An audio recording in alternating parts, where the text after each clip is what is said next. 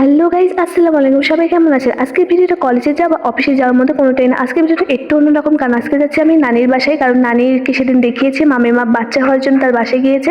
আর নানি বাড়িতে একা, আর বুড়ো মানুষ কতটাই কাজ করবে, তার জন্য আমি যদিও কিছু পারি না তবুও নানিকে হেল্প করতে এসেছি। আর আসার পরই প্রথমে ঝাড়ু দিলাম, তারপরে ফ্রিজ থেকে মাছ বের করে সেটা ভিজিয়ে রেখে আর এখানে তরকারি কাটছি, যদিও পারছি না ভালোভাবে। মুন্নি আমাকে যথেষ্ট হেল্প করছে, কিভাবে তরকারি কাটতে হয় সেটা আমাকে সে শিখিয়ে দিচ্ছে।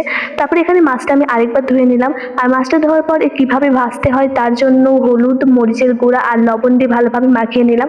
তারপর সবাই বলে যে মাছ ভাজতে গেলে নাকি ভেঙে যায়, কিন্তু আমার প্রথমবার হলেও আমার এতটুকু ভাঙেনি, অনেক সুন্দরভাবে সবকিছু হয়েছে। তারপরে এখানে তরকারি রান্না করার জন্য সবকিছু রেডি করলাম, তারপরে তরকারি রান্না করলাম। আর এই যে আমার তরকারি হয়ে গেছে, এখন ভাজবো ভাজি।